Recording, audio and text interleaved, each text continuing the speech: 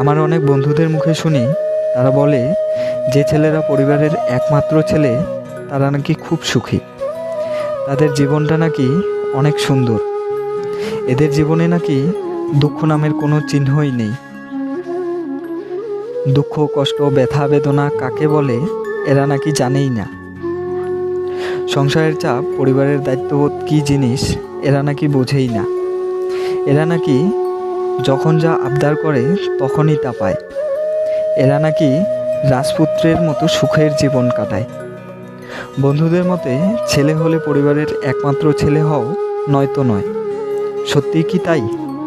বন্ধুরা, তোমাদের জানিয়ে দিতে চাই, যে ছেলেরা পরিবারের একমাত্র ছেলে তাদের জীবনটা কিন্তু ততটাও সহজ নয় যতটা কল্পনা করা হয়।